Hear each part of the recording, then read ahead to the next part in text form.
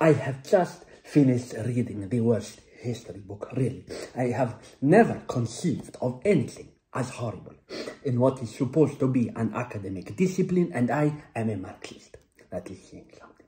It is a history of Australia, early Australia. I won't name the historian because what I have to say really will trigger her. She calls the British gross and bleached. She calls them this only because they are white-skinned, like me. So by implication, I am gross and bleached. The British, she says, have defective bodies wrapped in clothing.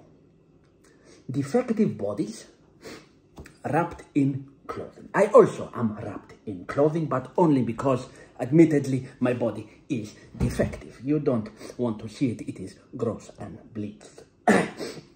She says also that the British were impossibly inept at the basic business of life. This is a direct quotation.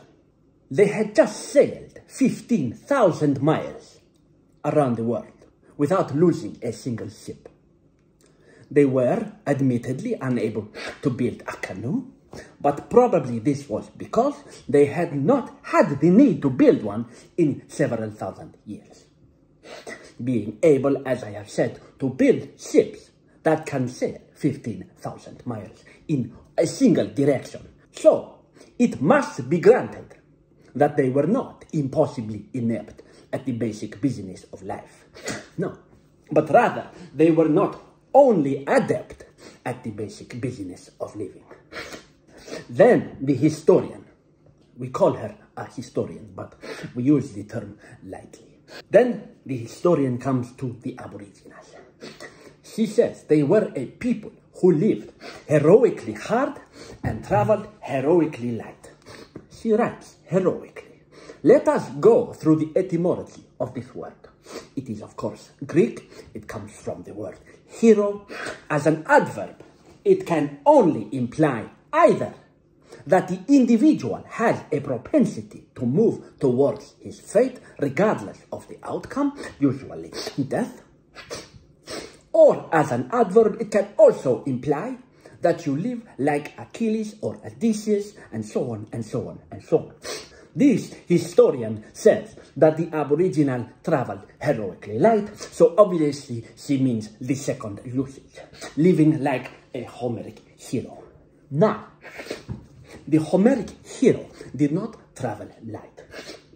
He carried a bronze sword, a bronze shield, a very ornate bronze shield, mind you, 2 bronze-tipped spears, 2 bronze greaves, and a bronze helmet.